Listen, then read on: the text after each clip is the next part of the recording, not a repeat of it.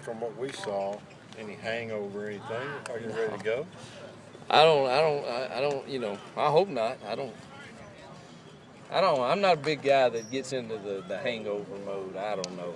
I think that's more for you guys to talk about and the fans. And in college football, there's a bunch of teams that lose games, at times. And if you're going to be worth your salt and you're going to build a program, you certainly can't have a hangover that causes you to drag around.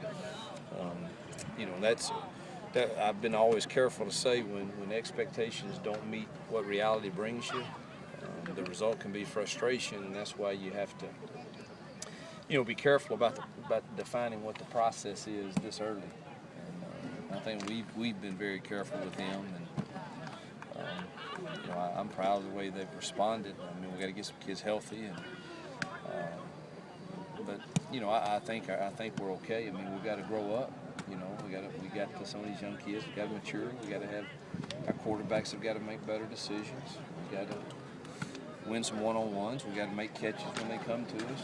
Those things are our part that you should be frustrated about.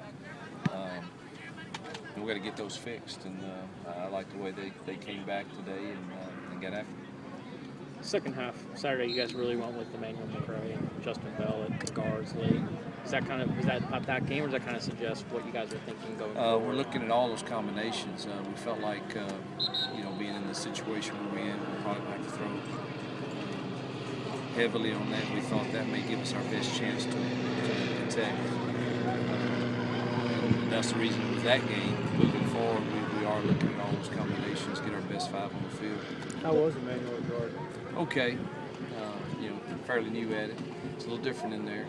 The guys are a little bigger and stronger. He got jacked up a few times by those guys, but we worked him some today and looked pretty decent at it.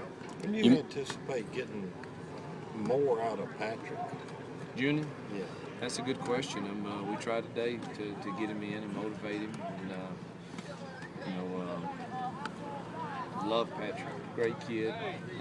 Injury kind of set him back some, and now I think he's, of course we're getting some decent play out of our young kids, and he's got to decide if this is how motivated he wants to be to go to work every day and to get better. And he's had a good week so far, and I expect to see him play some Saturday. You mentioned yesterday that you all were going to test CJ a little bit today and kind of see how it went. They're going to pull him out today inside, and when we get in, and put him on the treadmill or whatever they're going to do. I shouldn't say treadmill. I don't know exactly what, pool or something, and see how it looks in the morning after they work him out some. How'd Carlton look? Carlton looked good today, I think. I saw the first team period over there, and thought he looked pretty good.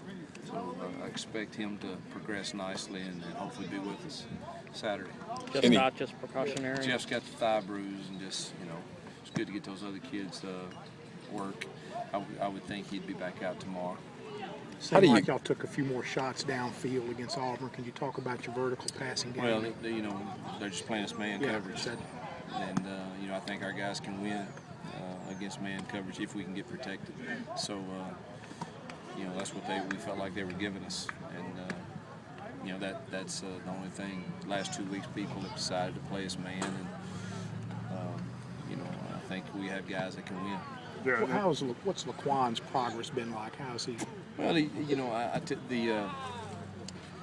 I'm very pleased with Laquan. Let me say that. But when you're a true freshman and you go through a season that we've been handed on the road quite a bit, late nights, no early games, all the schoolwork, study hall, it can be a bit draining.